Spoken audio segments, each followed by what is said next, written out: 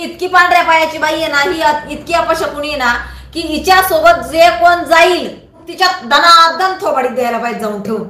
हा, सुस्मी झाली, ती तृप्ती झाली, आता तिला नवीनच आली दमानी या बाई. या 2-3 जणींनी न पार असं विचित्रपणा करून. करुणा मुंडे माझ्याकडे आल्या होत्या आणि त्या मला बोलल्या होत्या की मला सोडवायला ज्या वेळेला धनंजय मुंडेंना वेळ नसायचा त्यावेळेला देवेंद्र फडणवीस स्वतः माझ्यासोबत मला इंदोरला सोडायला येत होते. या तृप्ती बाबाला तेरे नाम, तृप्ती तेरे नामला काय करायचे, धर्मालाच बदनाम करायचे. करुणा मुंडे म्हणती कि नहीं, मैंने ऐसा कभी कुछ बोला ही नहीं, कहीं पे मैंने स्टेटमेंट दिया ही नहीं. देवेंद्र फडणवीस जी का, तिला माहितीये बाबू आता जाणार आहे आपल्या, करुणीला माहितीये.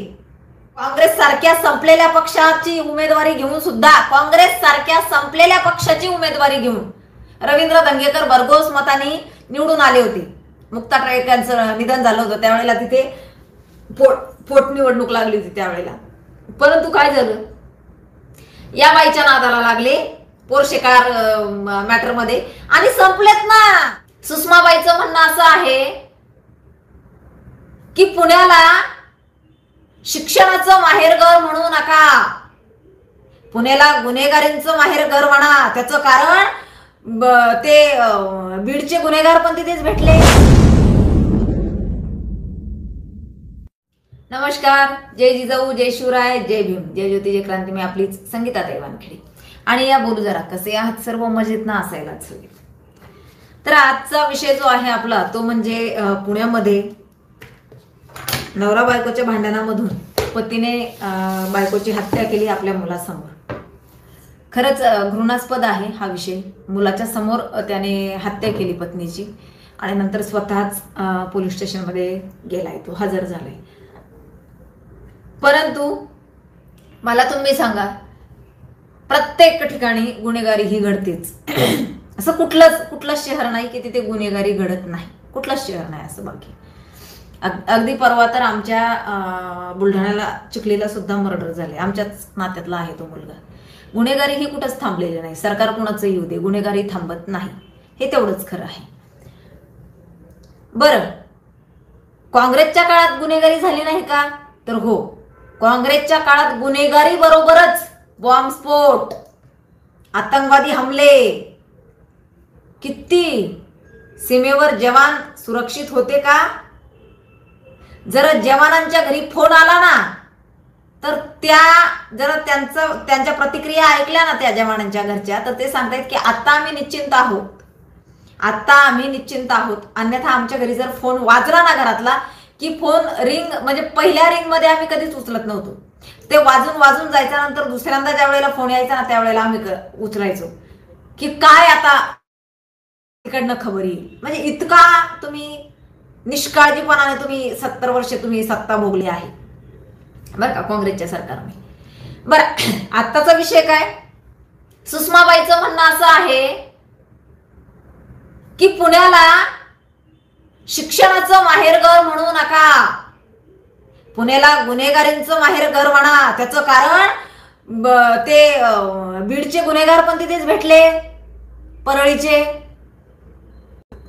गुन्हेगार तिथेच भेटले, सगळे गुन्हेगार तिथेच, गुन्हेगारी तिथेच घडतीये आणि ती गुन्हेगारी यांच्या काळात मध्ये घडतीये. माझा खाणे ना जोरात वाचतोय बघा, अजूनही मला बरं नाहीये, जोरात बोललं की वाचतोय तो.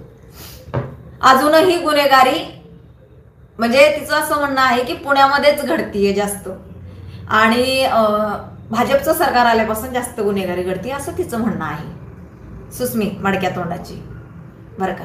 तर बाई याच्या अगोदर गुन्हेगारी घडत नव्हती का त्यांच्या काळात मध्ये? बरं, तुमचं सरकार होतं तेव्हा तुम्ही तर गुन्हेगारीचे बादशाह होते, तेव्हाच्या केस मोजायच्या ना आत्ताच्या मोजायच्या. तुमच्या काळात मध्ये जास्त. शिवाय काय होतं अगं बाई, कोरोना होता, लॉकडाऊन होतं, लॉकडाऊनच्या काळात सुद्धा गुन्हेगारी घडत होती.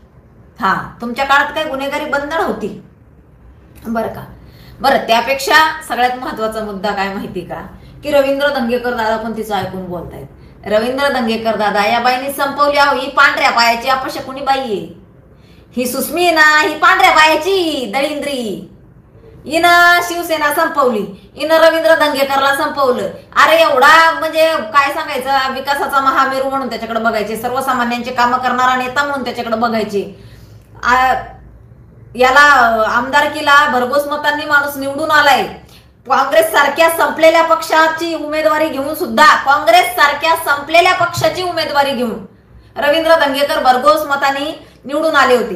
मुक्ता टिळकांचं निधन झालं होतं त्यावेळेला, तिथे पोटनिवडणूक लागली होती त्यावेळेला. परंतु काय झालं, या बाईच्या नादाला लागले पोरशे कार मॅटर मध्ये आणि संपलेत ना. हिच्या मी म्हणते ना, हिच्या सोबत कोणीच जाऊ नये. ही इतकी पांढऱ्या पायाची बाई आहे ना, ही इतकी अपशकुनी आहे ना, की हिच्या सोबत जे कोण जाईल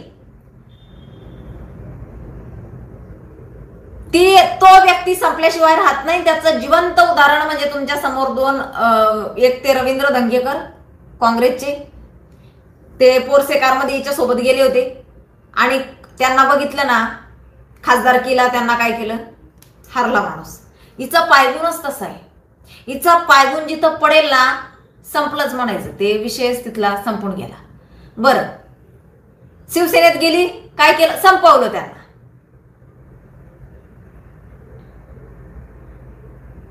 संपवलं त्यांना. काय माहिती का, विचित्रपणाचा कळस या बाईने गाठलेला आहे. आणि ही बाई म्हणे काय, पुण्याला संस्कृतीचं माहेरघर, पुण्याला शिक्षणाचं माहेरघर, संस्कारांचं माहेरघर म्हणू नका. पुण्याला गुन्हेगारीचा वारसा लाभलाय आता. पुण्याला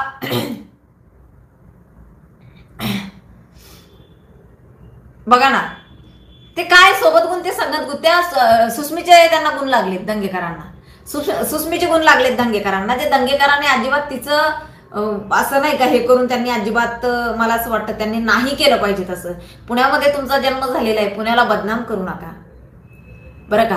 परळी वैजनाथला 12 ज्योतिर्लिंगांपैकी एक ते क्षेत्र आहे, त्याला बदनाम केलं या लोकांनी. आता पुण्याला बदनाम, पुण्यावर बाई तुझी नजर होय पुण्याला बदनाम करायचं तुला.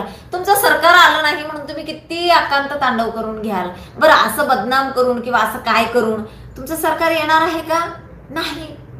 त्याची लांब पर्यंत कुठंच हेच नाहीये, म्हणजे शाश्वतीच नाहीये. लांब पर्यंत सुषमाबाई अजिबात नाही.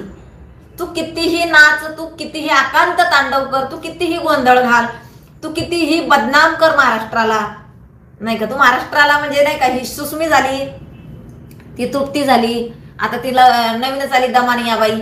या 2-3 जणींनी ना फार असं विचित्रपणा करून टाकलेला आहे. विचित्रपणा, हा इतका विचित्रपणा लावलाय दोघे तिघींनी की फार विचार. ते एक वेगळंच, ते मडकत, ते एक कुठेही ते तेरे नाम माहिती आहे तुम्हाला, ते तेरे नाम. बाई आहे का बाबा आहे तेच कळना, त्याचं तर काय कळतच नाही, त्याचं गणितच कळत नाही. ते तर गणितच लय वेगळे. शनी शिंगणापूरवरच नाच, कुठं ते शबरी मंदिर आहे तिथंच नाच, कुठं ते इंदोरीकर बाबांना साडवी जाईल काय. आणि म्हणे आम्ही समाजसेविका. कुठली कामं बाई तुम्ही केली का आतापर्यंत? कुठल्या महिलांना तुम्ही न्याय दिला ते सांगा. कुठल्या अरे इथं लाखोनी केस पडल्यात पीडित महिलांच्या, द्या ना त्यांना न्याय. त्यांच्यासाठी बसा जरा कुठेतरी. उगाच कुणाला तरी ब्लॅकमेल करायचं उदर. अरे खरं त्या देहूला आहे ना, अजूनही त्या पोरीला त्रास देत आहेत माहिती. आजच फोन केला होता मी तिला, आजच फोन केला होता त्या पोरीला. अजूनही तिला तिथे त्रास देत आहेत. अल्पवयीन मुलीवर पॉस्कोची केस लागलेली आहे. सांगा ना मला तुम्ही काय झालेलं आहे. 354 लागलेला आहे. आणि यांनी इतका विचित्रपणा बघा ना जरा तिकडं. अशा केस आहे ना प्रत्येक, मी म्हणते तालुक्यात, प्रत्येक जिल्ह्यामध्ये अशा केस घडतायत. त्याच्यासाठी काहीतरी करा ना, त्याच्यासाठी काहीतरी करा. पण नाही, तुम्हाला या तृप्ती बाबाला तेरे नाम, तृप्ती तेरे नामला काय करायचंय, धर्मालाच बदनाम करायचंय. आता ती स्वामींवर येऊन टेकली बाई ग, त्यांच्या नको ना दिला.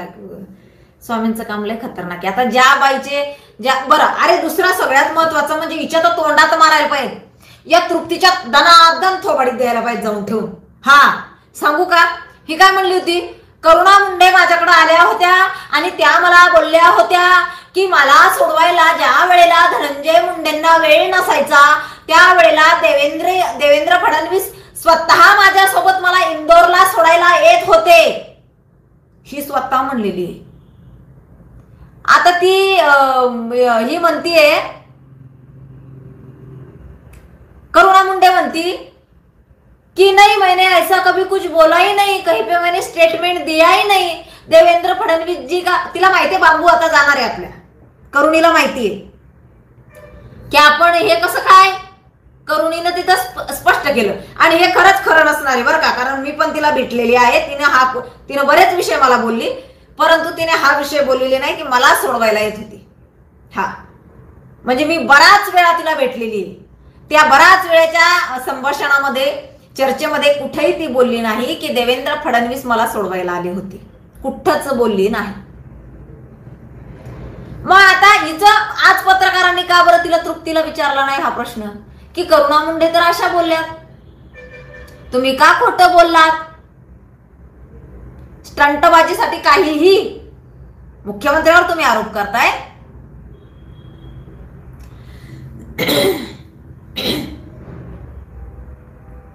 अरे किती नालायकपणा करावा, किती, आणि कशासाठी, प्रसिद्धीसाठी. हे असले धर्माचं काम करणारे, हिंदू धर्माचा प्रचार प्रसार करणारे त्या लोकांना तुम्ही बेटीस धरताय कशासाठी. फार विचित्रपणा या 2-3 बायकांनी लावलेला आहे तिथं. आता तर ती दमानिया तर थांबायलाच नाव घेईना. दमानियाचं तर म्हणणं असं आहे की मी फार लक्ष्मी शुक्लाला पत्र लिहिलं, मी याला लिहिलं, मी त्याला लिहिलं, मी याव केलं, मी त्याव केलं, त्याला आतच ठेवान, त्याला मुंबई बाहेरच्या जेलमध्येच ठेवान, त्याला ह्यावच करा. मला असं वाटतं कोर्टाचे जे काय आहेत ना ते अधिकारी यांना देऊन टाकावं. ती दमानिया आणि तो जरानंग्याला पण द्यावं. आणि तुम्ही दोघं जण बोला आपलं, नाही का, तुम्ही दोघं जण आहे ना या विषयावर बोला. हा काय रे,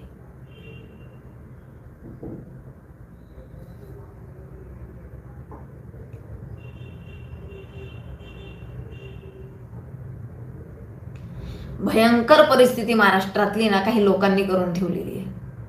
आणि हो, महत्वाचा विषय मला आज मांडायचा आहे की मुंबई तक हे चॅनल, माझी विनंती आहे माझ्या सबस्क्रायबर लोकांना, मुंबई तक चॅनल जे आहे ना तुम्ही सबस्क्राईब केलेलं असेल, अनसबस्क्राईब करा त्या चॅनलला. अजिबात ते चॅनल बघू नका, अजिबात बघू नका, कारण ते चॅनल या भकास आघाडीचं येते. कारण त्या चॅनलने काय केलं माहिती का, ज्येष्ठ पत्रकार भाऊ तोडसेकर यांना बोलवलं आणि भाऊंना इतके विचित्र प्रश्न विचारले. अरे ते भाऊ तोडसेकर आहे, तुमच्या ना 7 पिढ्या ना खालून ते बसवतील आणून आणि म्हणतील विचारा प्रश्न मला. तुमच्या एका प्रश्नाचे 10 उत्तरं त्यांच्याकडे तयार आहेत, कळलं ना. हा मुरब्बी पत्रकार येते, काय असले आलतू फालतू नाहीये. तुम्ही कुणाला पण आणता नाही का धससारखा, आणि माझा मग तेरे नाम होतं, माझा मग याव होतं, माझा मग त्याव होतं.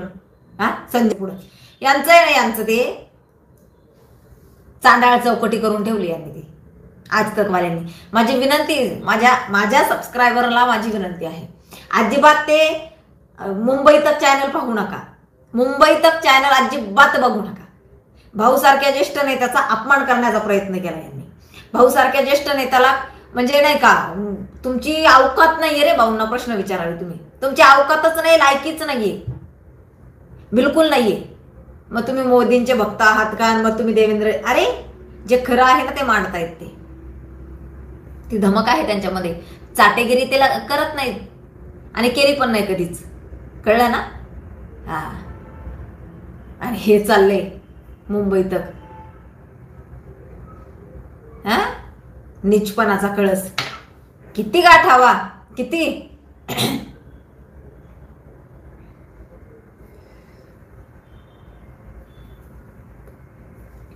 बघणार लोक झाले.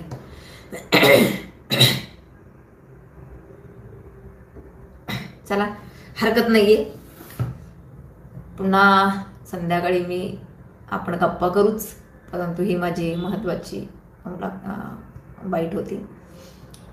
तुमचे व्हिडिओ पाहतो. निगेटिव्ह न्यूज बघत नाही ताई. धन्यवाद अतुल दादा. आत्ता तर एका मला हायकोर्टाचे वकील आहेत त्यांचा फोन आलेला आहे आणि खूप कौतुक केलं त्यांनी माझं, की खूप छान काम आहे ताई तुमचं. आणि एक आत्ताच मी बोलत नाही, परंतु एक सोनाराच एक प्रसिद्ध सोनार आहे, नामवंत सोनार आहे की ज्याच्या फ्रँचायझी देण्यात येतात आणि त्या सोनाराच्या दुकानातला मॅनेजर त्यांनी वेगवेगळ्या महिलांवर अत्याचार केलेले आहेत, वेगवेगळ्या महिलांचा विनयभंग केलेला आहे आणि त्या महिलांच्यासाठी तुम्ही लढा किंवा त्या महिलांसाठी तुम्ही लढा उभा राहताय असं म्हणून त्यांनी मला कॉल केलेला होता की तुम्ही खरंच हिंमतवान आहात आणि सगळ्यात महत्त्वाचं तुम्ही विकल्या जात नाही, हे फार महत्त्वाचं आहे. तुमच्या व्हिडिओतनं दिसून येते की तुम्ही प्रामाणिकपणे काम करताय. तर माझी इच्छा आहे तुम्ही ती ह्या महिलांना न्याय द्याल आणि येणार आहेत ते वकील दादा भेटायला. हायकोर्टाचे वकील आहेत ते, म्हणजे ते राहायला पुण्यालाच आहे पण ते हायकोर्टाचे वकील आहेत, मुंबईमध्ये राहतात, त्यांची फॅमिली पूर्ण पुण्यामध्ये राहते. तर ते येणार आहेत भेटायला आणि लवकरच तो विषय पण येणार माझ्या हाती. त्यावेळेला मी नक्कीच न्याय द्यायचा प्रयत्न करेल. परंतु काय काय घटना असतात ना अशा, शॉक होतो माणूस ऐकून सुद्धा, किती भयंकर आहे, भयंकर आहे. माझी विनंती आहे राज ठाकरे साहेबांना की त्यांनी मागच्या वेळेस म्हटलं होतं, मी ऐकलं होतं त्यांचं की महिलांवर फार अत्याचार होत आहेत आणि त्याच्यासाठी मनसे स्वतंत्र महिला सहाय्यता केंद्र उभारणार आहे. तर खरंच राजसाहेब तुम्ही लक्ष द्या ह्याच्याकडे, कारण मला असं वाटतं कुठेतरी सत्ता आल्यानंतर ही लोक विसरलेत का काय माहिती नाहीये. त्यामुळं खरंच तुम्ही लक्ष द्या, विनंती आहे माझी. तसं रुपालीताई चाकणकर चांगलंच काम करतायत, परंतु एकटी महिला काय काय करणार. मी त्यांच्या ऑफिसला खूप वेळा गेले आणि अक्षरशः 100 ते 150 महिला दररोज त्यांच्या तिथे असतात आणि तरी त्या प्रत्येक महिलेला त्या न्याय देण्याचं काम करत असतात. तर खरंच चांगलं काम करतायत त्या, जे चांगलं काम करतात त्याचं कौतुक केलंच गेलं पाहिजे. तर हरकत नाहीये, आपला लढा आहे तो थांबणार नाही, तो तर चालूच राहणार आहे. मस्त खा, स्वस्त राहा, जगा आणि जगू द्या. उद्या पुन्हा नवीन विषय घेऊन तुमच्या समोर येणारच. तोपर्यंत तुमची संगीता देवानकडे. श्री स्वामी समर्थ. जय हिंद, जय महाराष्ट्र, जय हिंद महाराष्ट्र.